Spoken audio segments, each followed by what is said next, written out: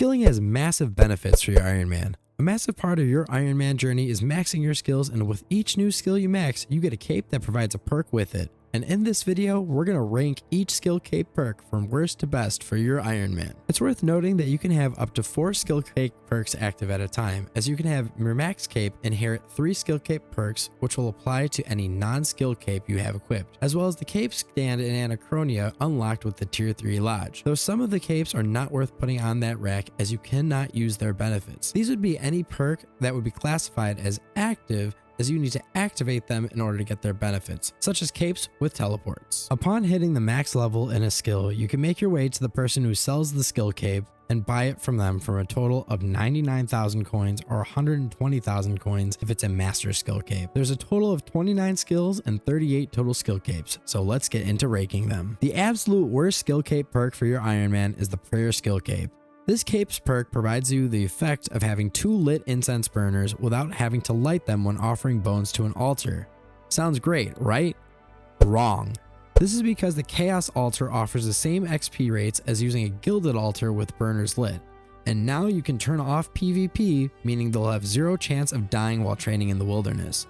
Furthermore, you can achieve much faster rates by simply burying bones with a powder of burials, giving you the same bonus XP at a much faster rate of XP, since bones are buried much faster than they are offered at an altar.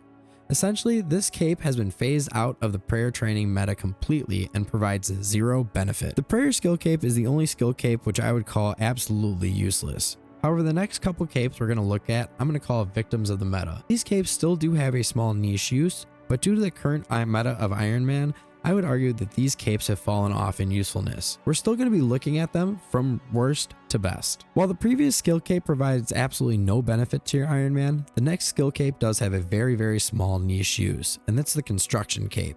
This cape, as I said before, has indeed become a victim to meta shifts, which is kind of ironic because the construction skill cape was reworked 6 years ago due to meta shifts. Previously, it would grant you the ability to convert logs into planks at a reduced cost. Now, it grants you the ability to save a plank while training construction when building in a player-owned house or doing construction contracts.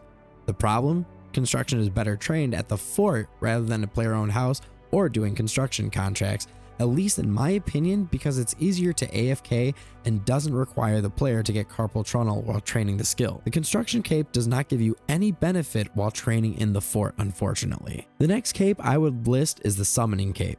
With the summoning cape perk, you have a 2% chance to save a charm when making a familiar. The reason I call this cape a victim to meta shifts is because the cape does not work with binding contracts, meaning the familiars we would make the most of, we will not see a benefit for. Furthermore, with recent monster releases, charms come into the game at an abundant rate. Just go do some 1 mechanic arch glacier and you'll be set for making pouches for quite some time. I've spent the last several years destroying the majority of my charms with the charming imp, and I still even have enough charms to get about halfway to 120 from 101 summoning with basically 0 effort. And if I wanted to, I would hardcore camp the glacier for the talisman and the charms to get to the point of being able to get to 120 in what would seem like no time at all. Honestly, with my current goal on the account, that's probably going to happen naturally. As such, the benefit from the cape has definitely fallen in value. And finally, we have our final cape, in my opinion, which has become a victim of meta shifts, and that is the cooking skill cape. The cooking skill cape prevents all food from burning while cooking, which again sounds like an amazing perk. However, this cape has kind of been phased out of the meta. This is because that even though we need to collect our own food as Ironmen, the best healing foods we have, being sailfish and blue bubber jellyfish, are all actively fished and not dropped by monsters. With the recent release of archaeology, we gained a relic power called bait and switch, which automatically cooks our fish as we fish them and provides the same benefit of never burning said food without ever needing the skill cape. In fact, you don't even need the level to actually cook the fish, so you can, if you wanted to, never train cooking and still have all the food you'll ever need. However, other high healing foods such as rocktails and sharks are often dropped by monsters in raw form, so you could use this cape simply as a way to cook that food for XP. Next set of capes do have a use, but the use is so niche that one could argue that it's not very useful outside of the specific skill when going for extra XP on your Ironman, or there's just simply better capes to use when you would actually use these capes. Our next cape on the list is the Master Archaeology cape, unlocked at 120 archaeology. This cape provides a benefit at starting the next artifact at 5 to 15% progress when finding an artifact. essentially making it faster to get the next artifact. This would be huge on a main if we're trying to get XP. However, for an Ironman, it is next to useless because of the fact that the materials used to make the artifacts come in at a much lower rate than the artifacts themselves, meaning that despite the fact that this should lead us to getting more XP faster, it truly doesn't, unless you want to go to caches to get the materials to finish the artifacts. Furthermore, unless you're a spoon with your arch weapons like I was, you probably won't care about finding artifacts, as you want to get the weapon pieces which are found from when finding material. And the amount of people who hit 200 mil XP just from gathering from these locations is staggering. More than likely, you'll have made progress well past 120 archaeology when you complete these weapons. Up next, we have the fire making cape, acting as a light source when equipped or in the inventory and providing an increased chance of getting clue scrolls from fire spirits while training via bonfires. Now, I did debate putting this cape in the previous section, being a victim to the meta, as you'll probably get 120 fire making just by making god arrows, as I did for 120 fire making. I do know a few people who like to burn logs as an AFK, however. The clue scrolls you can get from the fire spirits can be nice, but I personally didn't even use this cape at all. The ability to use this cape as a light source can be good in moments like going through a cave for a clue, but I personally opt to either use the glowworm perk on a weapon or taking a covered lantern with me into the caves. Though this cape can be useful if you don't have one of these items handy in your bank. Surprisingly, we do have another master cape sitting in this category and early on the list, and that is the Master Necromancy cape. This perk grants you a 10% chance to not use runes when casting Bone Shield or Greater Bone Shield, which again sounds great and is absolutely amazing if you use Greater Bone Shield, having the chance to save those 5 flesh runes, but in practice it's not so good, because for the majority of your combat encounters, you'll just be using Lesser Bone Shield and that'll be more than enough, and the rune usage for Lesser Bone Shield is quite minimal at 5 Spirit and 5 Bone runes. Furthermore, even if you wanted to get the benefit from this cape, there's better Skillcape perks that you can use most of the time, especially if you're using the other combat styles. Next up, we have smithing. With its perk, when you reheat an item, the next strike generates +5 base progress to the item working with both the superheat spell and the auto heater. This can lead to some crazy XP per an hour when casting superheat on every strike. However, there's unfortunately near zero reason to train smithing past 99 in this game, outside of the XP, making this cape nearly pointless. If you do smith past level 99 for whatever reason, however, this perk is amazing, leading to a massive spike in how quickly you can make your products and how much XP you gain in an hour. Similarly to smithing, the crafting cape has a really good perk specifically for crafting, where you will no longer need thread when crafting with a needle and thread, and you will have a 0.75% chance to craft all your gems of the same time when cutting them. Just like smithing, however, there's little to no requirement to continue to craft post 99 in the current game. With that being said, it does narrowly surpass the smithing cape because of one master clue step, which is to craft a black dragonhide body. So in many master clue presets, you may actually want one. It also does make dragon leather crafting a bit easier by typically allowing you to make one extra item per inventory due to not needing that thread in your inventory. Like the previous 2 capes, the Hunter Cape is another cape that truly lacks a benefit outside of the skill itself. When activating this cape, it allows you to instantly lay or reset your next trap, effectively allowing us to do 2-tick hunter training. This cape does eke out ahead of both the crafting and the smithing cape slightly because there is a small benefit that can be applied outside of just training hunter. It makes the hunter roll at Corrosis much quicker, as you can 2-tick the gathering there. The reason I say it's small is because the hunter roll is by far the easiest and quickest way to get points when doing Corrosis, even without the cape. My call for the next worst cape may be a bit of a hot take and may cause some controversy, but give me a minute to explain. It's divination. The perk makes springs last a whole 30 seconds longer. Now I'll say, yes, I still do use this cape while doing divination, and as an Ironman, you'll always need to do divination, and the perk grants a long amount of AFK time. However, when we train divination, chances are we're going to the divination world at incandescent energies. At the incandescent colony, especially on the divination world, there's always a ton of players there, and every player flocks to the always spawning enriched wisps, and the extension can only happen one time per spring, meaning while you're on that world, it'll always be extended, basically meaning that unless you are gathering the energy on your own, this cape is almost useless. It does, however, come into play if you are gathering energy from a lower tiered spring, as the chance of you being by yourself is far greater, and as an Ironman, we'll randomly have to do this for a specific divination product. Next on the list, we have the Magic Skill Cape, which allows you to change spellbooks at a bank between the Lunar, Ancient, and Normal spellbook. similarly to the book switcher. Now, while this is a perk that I personally use very often, it falls in usefulness due to it only being a quality of life perk, since you can easily just go to the Kadaran district and swap spellbooks between normals and ancients there, but with the Fremennik hard task, you can actually add lunars to that as well. Because of this, I would argue that this perk does belong fairly low on the list. Next on the list, we have the attack Skillcape, granting you the ability to have a 2% chance of degradable equipment not degrading, though this does not affect augmented equipment. It may sound like a great perk, however the cost to repair degradable items is not very expensive and it's not enough to justify use of this cape. Most of our degradable items are repaired with GP, which scales on the armor stand according to our smithing level, meaning the GP savings are negligible. Furthermore, 2% is such a small amount that it's highly unlikely that you would ever see or feel the benefit of this perk. Similarly to the attack Skillcape perk, the base invention perk or the 99 invention Skillcape perk provides you a 2% drain rate reduction on charge drain rate, stacking multiplicatively with other charge drain rate reductions. Just as the attack Skillcape, this perk is negligible, however it does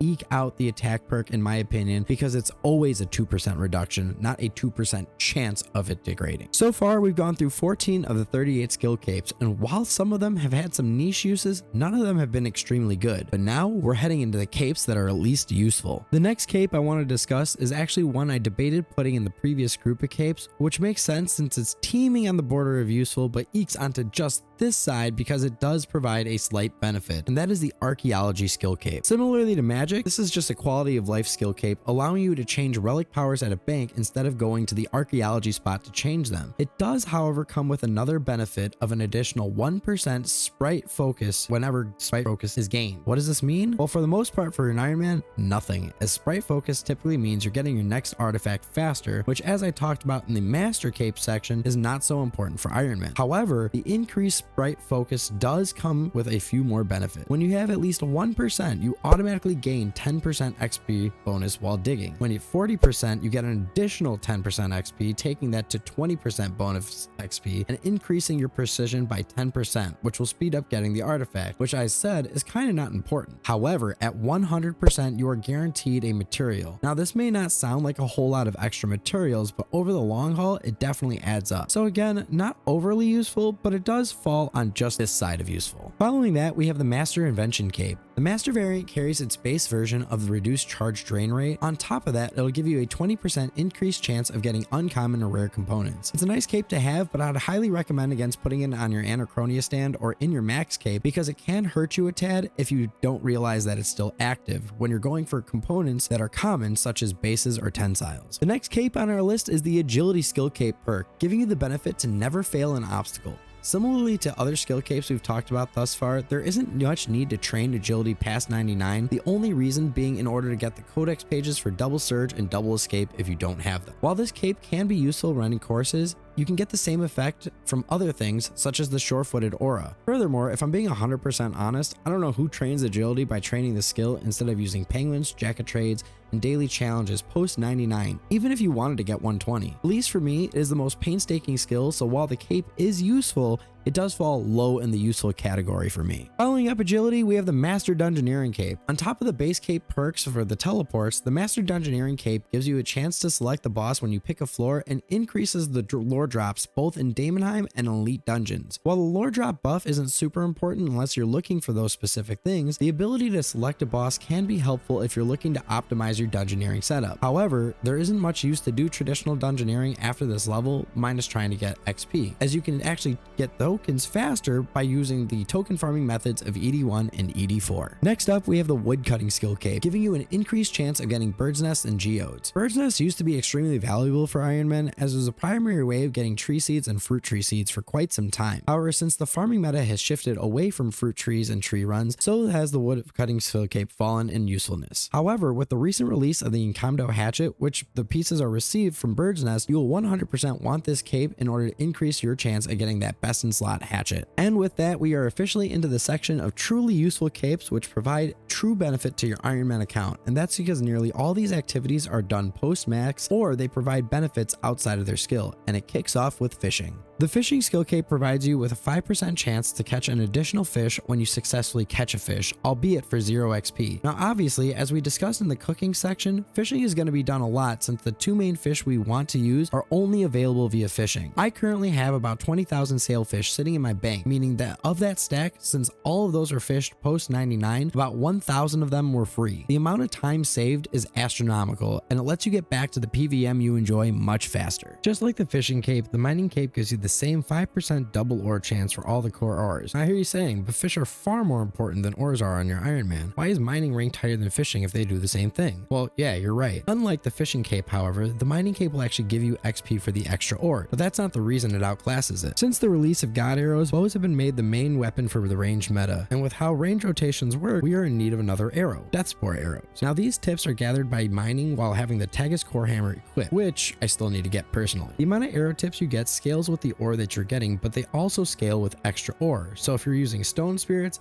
have the shooting star buff, or have the mining cape buff active, you'll get way more arrow tips, and which makes the mining cape slightly outclass the fishing cape. The next 3 capes, or I should say 4 capes, could be placed in any order to be honest, as they all kind of serve the same purpose. Teleport capes. But I'm opening this up with the base version of the Slayer cape, granting you teleports to all the Slayer masters. Yes, obviously this is beneficial for Slayer post 99 to get back to your master quickly for your next task, but it can also be useful for traveling throughout the world. This cape, as well as the base Dungeoneering cape and the quest cape or the master quest cape, are all extremely useful specifically for cluing, just changing where they teleport you to. The Dungeoneering cape will take you to any resource dungeon that you have access to, and the quest cape will take you to several quest locations. In order from least to most important, I would put them in the following order: Base Slayer, Dungeoneering, and the Quest Cape. The Quest Cape ekes it out because it provides an additional benefit to the Tier of Gothic's minigame, granting you an extra 30 seconds in that minigame. But again, these are all used arguably interchangeably. Since the Master Quest Cape and the Quest Cape have the same perks, we'll keep these capes together. Up next, we have the Fletching Skill Cape. This cape gives you a 0.75% chance of making an additional bundle of bolts, arrows, or darts when fletching, and grants you additional XP when they get made, taking your supplies farther. This benefit stacks additively with other benefits such as the Ranger's Workshop buff in the fort. With how quickly the top end bolts and arrows get used, this can be a massive time save. My current goal in the game is to make about 2 million base Dine arrows, and while I collected the supplies to make 2 million arrows with the Fletching Cape and the Ranger's Workshop buff, I will end up with nearly 2.2 million Dine arrows. That means after imbuing them, I will roughly have an extra 200 hours of ranged PVM thanks to this buff along with the Ranger's Workshop buff. Yes, it did take a large time investment to get that many arrows, but the longer time I'd have to wait to go back to making arrows, the better in my opinion. But we may need to see exactly what the upcoming woodcutting and fletching rework brings, and as this way move the cape up or down. Moving on, we have the Master Farming Cape, providing the benefits of the base Farming Cape as well as automatically treating your patches with super compost when the cape is equipped, and boosting the health and happiness of your player-owned farm animals by 20% once per day. Keep in mind, this perk does not use the super compost stored in Leprechaun. However, if you use ultra compost from your Leprechaun, that will take priority over your perk. Now, if you don't plan on using ultra compost, this perk can be extremely beneficial and has a massive time save attached to it, as you'll never need to make more compost ever again. However, once you begin grinding the Zamorak boss fight, you'll have a ton of Infernus Pyroclast, which can only be used to turn into ultra compost. Despite that, super compost is typically more than enough to handle your post-max farming needs, so it's not super mandatory to use ultra compost. The health and happiness boost can also be used as a metric to guarantee max XP when checking on your player-owned farm animals when you do so. In fact, while it's not the most efficient way to train, I personally opted for a strategy known as pseudocide breeding to go from 120 to 200 million farming XP. Where I harvested my player-owned farm animals, I would just activate the cape to get slightly more than the minimum XP when harvesting. Since I treated player-owned farms and ranch out of time runs as a daily, I was able to get max XP in the farming skill with nearly no supplies used. We've touched on 27 of the 38 skill capes so far. These next capes are extremely useful now, and we open it up with the Rune Crafting Cape. This cape provides you the perk of knowing the perfect rune for rune number 3 in the Rune Goldberg machine. If you don't know, the machine works by the ideal rune in the first slot being the same for everybody. The second slot can be one of 3 different runes for everyone. So if the 3 choices for the best rune are fire, air, and water,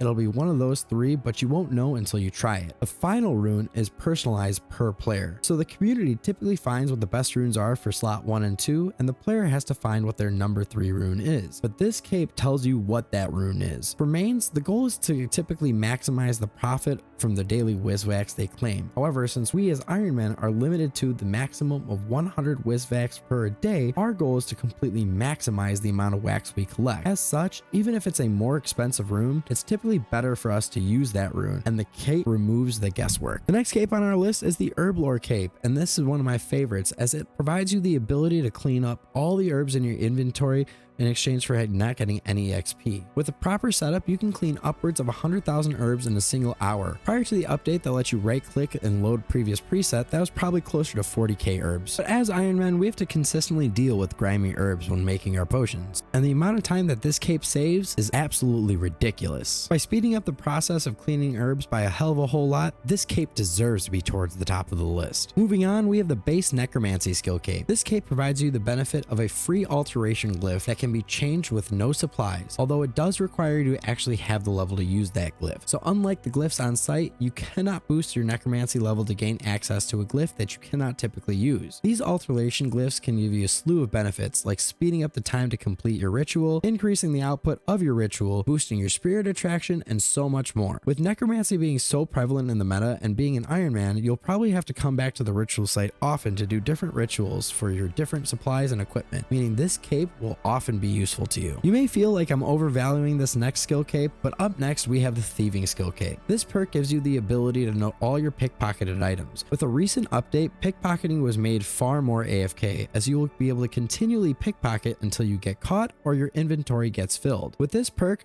for certain NPCs, pickpocketing becomes a one-click activity for the duration of the lobby timer. Be sure to check out this video if you'd like to see more details. But that's not all. Thieving has a slew of benefits, and many NPCs give you a slew of beneficial items and supplies. If I don't know what I want to do for the day, pickpocketing was often my choice for an activity that I chose to do. Up next, we have the Master Slayer cape. On top of including the teleports to Slayer Masters from the base cape, the Master Cape gives you a 20% chance to pick your next task. This can be a massive benefit if you're looking for the Slayer Helm buff for certain bosses like Carapac, or if you're grinding a specific item for a Slayer log. The ability to pick your task is also invaluable if you want to optimize your block and preference list for Slayer. And with that, we're on our final 6 capes, the best of the best. The capes you just gotta have. And we start with the worst of the best in my opinion, being the Strength Cape. What this cape does is buff the Dismember ability. The Dismember ability is already a very strong basic, having an average ability damage of 140% over 5 hits. This will take it to 8 hits, nearly doubling the damage to an average ability damage of 224%, which can further be buffed with the Masterwork Spear of Annihilation. It's so strong that you can make an argument that it can be worth using in a Berserk rotation despite it not being buffed by Berserk. Obviously, if you don't melee, this isn't as useful, but if you do, it is a must-have cape. Up next, we have the Range Cape, granting the ability to make it 20% more likely for range ammunition to proc its special effect. I did debate putting this behind the Strength Cape due to the fact that in the current meta, we use God Arrows as our main source of ammunition, which always give you their effects, so it's a bit less useful now that crossbows are not the main weapon. However, I still feel like this cape is still very good. The primary reason is Hydrix Bolts and their ability to gain adrenaline, which many people will still use as an off-style ability with ingenuity of the humans and greater ricochet to gain a ton of adrenaline. This would increase their proc chance from 10% to 12%. And if you combine it with the Elite Seers Village Achievement Diary, it can take it all the way up to 14.4% chance of proccing. Following the Range Cape, we have the Constitution Cape. At face value, it doesn't look very good, doubling the life point regeneration to 0.2% every 6 seconds, which truly only has value in long fights such as the Zuck encounter. However, it does come with the ability to have the bank healing aura work in combat. This plays a massive role in the current meta of banking in between boss kills at War's Retreat, since you can search the crystal to regain your prayer, dive to the bank to re-gear and re-obtain full HP, and search to your boss portal. And although mobility abilities no longer put you in combat, you may still technically be in combat depending on how quickly you loot and teleport. Back to a skilling cape for the next one, and that is farming. The base farming perk provides you with a 5% chance to instantly harvest all remaining resources from a crop, applying any active bonuses such as the Juju farming potions or Green Fingers aura, and automatically notes what you gain. With this cape, nearly all of your herb patches will proc this, and you'll save you so much time on your harvesting time, as you won't need to run back and forth from the patch to the leprechaun every time you fill your inventory. After farming, we have the Master Herblore Cape, which grants you the ability to batch make overloads, making 5 overloads from a set of 4 ingredients, or Supreme overloads from a set of 3 ingredients, and 5 Elder overloads from a set of 4 ingredients, stretching your resources for a 20% for normal and Elder overloads, and 33% for Supremes.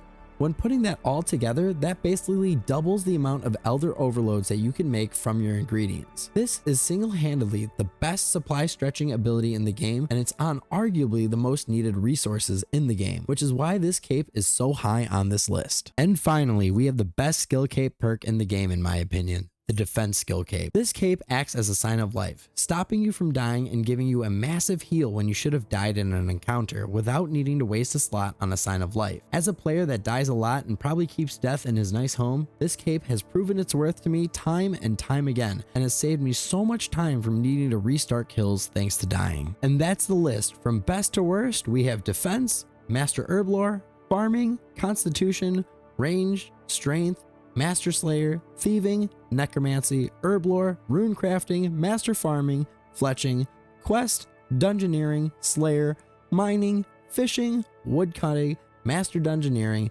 Agility, Master Invention, Archaeology, Invention, Attack, Magic, Divination, Hunter, Crafting, Smithing, Master Necromancy, Firemaking, Master Archaeology, Cooking, Summoning, Construction, and then Prayer. Now as a side note, I would like to state what I have always on passively. In my max cape, I keep the ranged, the defense, and the strength cape, with the HP cape sitting on my Anachronia stand. This is because I try to keep my cape set up for the best possible options for combat. However, I will state that I may swap out the strength cape for the Master Necromancy cape if I continue to back away from the melee combat style. The only other combined cape I use is the support cape, which houses my Dungeoneering cape and my Slayer cape, which I will sometimes use when doing clues, although most of the time I just take the actual capes with me due to it being easier to use in that fashion. So what do you think of my list? Did I place a cape in a different spot compared to where you would?